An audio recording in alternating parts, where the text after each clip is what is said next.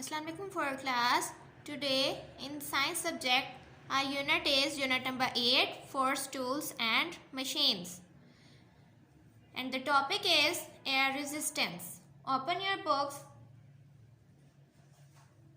Open your science books, page number 60. Air resistance. Let's start reading. Air resistance is a type of friction.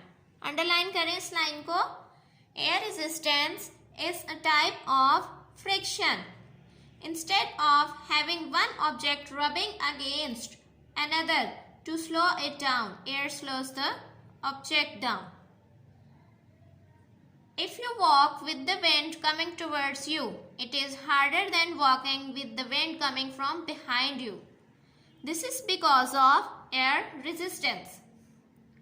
Parachutes work because of air resistance. A parachute falls slowly because the air pushes against the parachute. The air resistance slows down the falling parachute. ये था आपका topic. अब आपने air resistance बतानी है. What is air resistance? Air resistance होती क्या है? एयर मीन हवा, रेजिस्टेंस मीन रुकावट. ठीक है, एयर मीन हवा एंड द रेजिस्टेंस मीन रुकावट. उर्दू में आप ये मीनिंग इसका लेंगे और इसकी डेफिनेशन है, जैसे कि आपको नाम से पता चल रहा है कि हवा में रुकावट है. मीन्स हवा, एयर कोई आप पे फोर्स लगा रही है, उस फोर्स को हम कहेंगे that is called as air resistance. The definition is it is a type of friction. Friction की ही एक टाइप है जो किसी ऑब्जेक्ट को स्लो कर देती है. ठीक है, लेकिन ये वर्क कब करती है? एयर में. ठीक है, वर्क कब करती है? एयर में.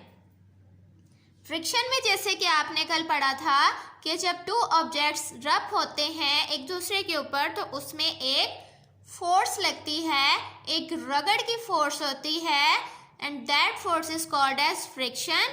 लेकिन ये फोर्स कैसी है? रुकावट की है, जो स्लो कर रही है किसी चीज को. और वर्किंग कहाँ हो रही है? हवा में. कोई ऑब्जेक्ट्स रब नहीं हो रहे हैं, ये उसके थोड़ा ऑपोजिट है.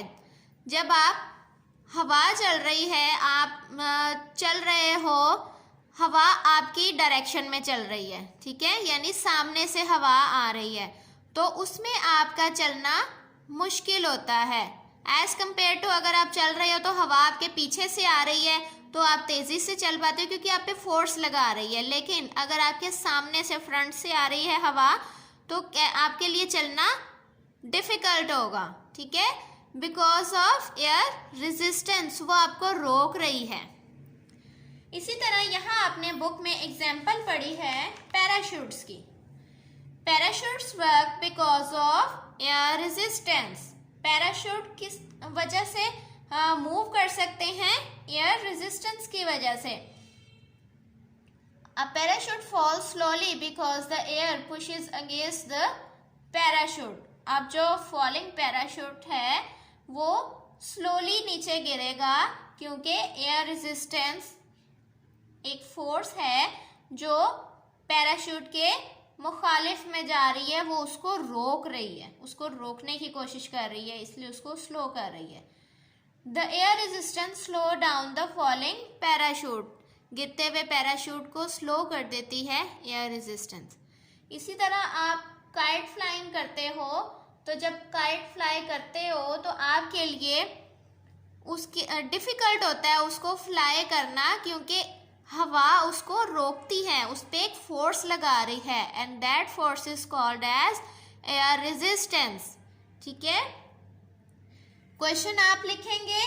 आपको जो हार्ड कॉपीज प्रोवाइड की गई हैं उस पर एक क्वेश्चन लिखा हुआ है, explain how air resistance works, define air resistance. ठीक है, एयर रेजिस्टेंस की डेफिनेशन मैंने लिख दी है बोर्ड पे.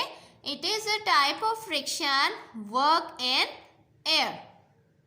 ठीक है, it is a type of friction work in air. Air slows the object down. ये इसकी डेफिनेशन है. उसके बाद वर्किंग है. वर्किंग में आप ये एग्जाम्पल लिखेंगे, पेज नंबर 60 देखें।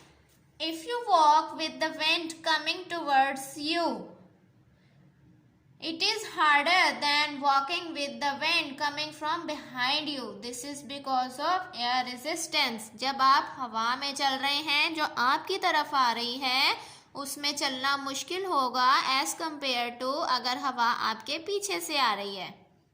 तो सामने से आती हुई हवा आपको स्टॉप करती है, स्लो करती है, इसलिए आपके लिए चलना डिफिकल्ट होता है। तो ये आप इसमें वर्किंग लिखेंगे। ये होमवर्क आपने करना है, नीट एंड क्लीन, और लर्निंग भी करनी है।